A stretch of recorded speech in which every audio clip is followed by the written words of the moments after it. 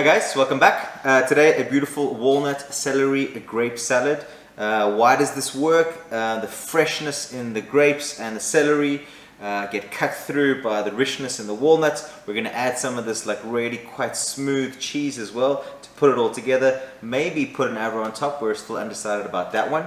And kind of a homemade dressing. So basically pesto and mortared up a bit of lemon, a bit of walnut, and a bit of olive oil, and that's going to sort of make a dressing. And then on top of that, we're going to add our normal olive oil, salt, pepper, and a bit of lemon as well. So this is how it's all been done, and enjoy.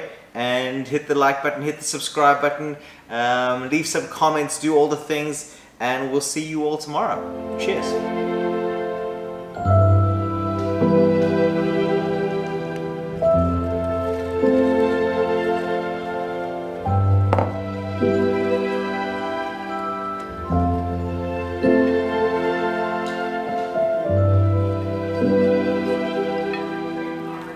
Huh?